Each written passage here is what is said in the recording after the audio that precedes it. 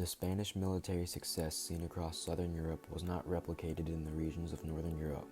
The King of Spain, Philip II, was unable to force his will onto the Netherlands, England, and France, unlike Columbus, Hernan Cortes, and various other Spaniards in their conquest of the New World. The resistance found in the Netherlands put an end to all hopes of a world empire by the Spanish. Seeing such resistance, Philip II leaves for Spain and never returns. Left in his wake was Margaret of Parma, Philip II's half-sister. Margaret was left as the governor of the Netherlands, and tensions quickly rose. Having a largely Protestant population, the Dutch were angered by the Spanish Inquisition, and Margaret of Parma was left to govern an entire population's worth of irate people. Having no real authority, Margaret was forced to turn to the advice of Cardinal Granvelle, a much disliked man in his time as cardinal.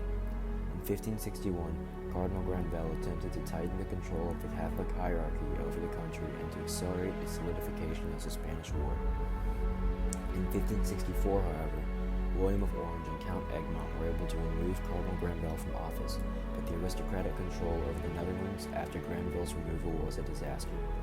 In 1564, opposition rose against Regent Margaret's government. Louis of Nassau led the opposition with the support from nobility and townsmen. A national covenant called the Compromise that pledged to resist the orders of Trent and the Spanish Inquisition was instituted.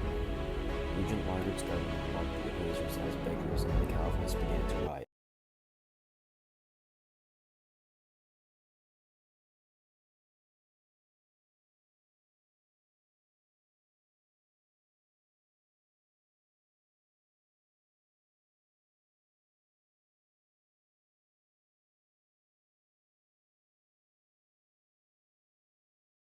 The rebellion did not succeed, as the nobility of the Netherlands would not support it.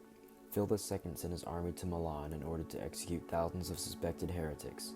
The Duke of Alba raised taxes in the Netherlands and forced the Dutch to pay for the repression of their own revolt.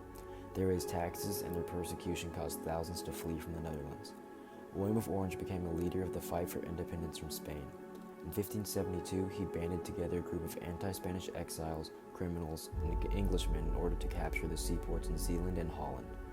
They sparked rebellion against Alba in these towns, and the news of the resistance quickly spread southward.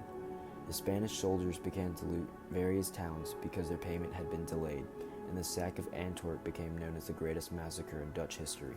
These events, known as the Spanish Fury, gave the royal army the reputation of a band of murderers, robbers, and rapists.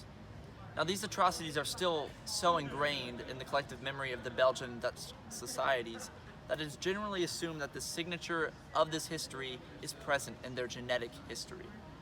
This further declined the reputation of Philip II of Spain. 4 days later, the 10 largely Catholic southern provinces came together with the 7 largely Protestant northern provinces in unified opposition to Spain, which became known as the Pacification of Ghent. Alexander Farnese, the new commander of the Spanish forces, signed the Perpetual Edict, which demanded the removal of all Spanish troops from the Netherlands within 20 days. This withdrawal gave the Netherlands to William of Orange. The Spanish did not give up, and Alexander Farnese of Parma revived Spanish power in the southern provinces. In a last attempt to suppress the Netherlands' resistance, Philip II declared William of Orange an outlaw. In July of 1581, the members of the Union of Utrecht declared that Philip II was no longer their ruler. William of Orange's successor, Maurice, continued the Dutch resistance. In 1609, Dutch and Spanish agreed to the 12 Years' Truce, which declared a ceasefire between the two sides. However, this did not end the hostilities. The Peace of Westphalia ended the Dutch revolt and freed the Netherlands from Spanish control. These treaties overextended Spain's resources, which then strengthened the Netherlands. After the revolt, the Netherlands saw a mass migration of Protestant natives from the southern Netherlands to the northern Netherlands. There were also large migrations of non-native refugees who had previously fled from religious persecution from the Spanish. These people were the building blocks upon which the Dutch Golden Age would be built upon. Eric Hobsbawm quotes, "The Netherlands, after the revolt, remained in many respects a feudal business economy, a Florence, Antwerp, or Augsburg on a semi-national scale.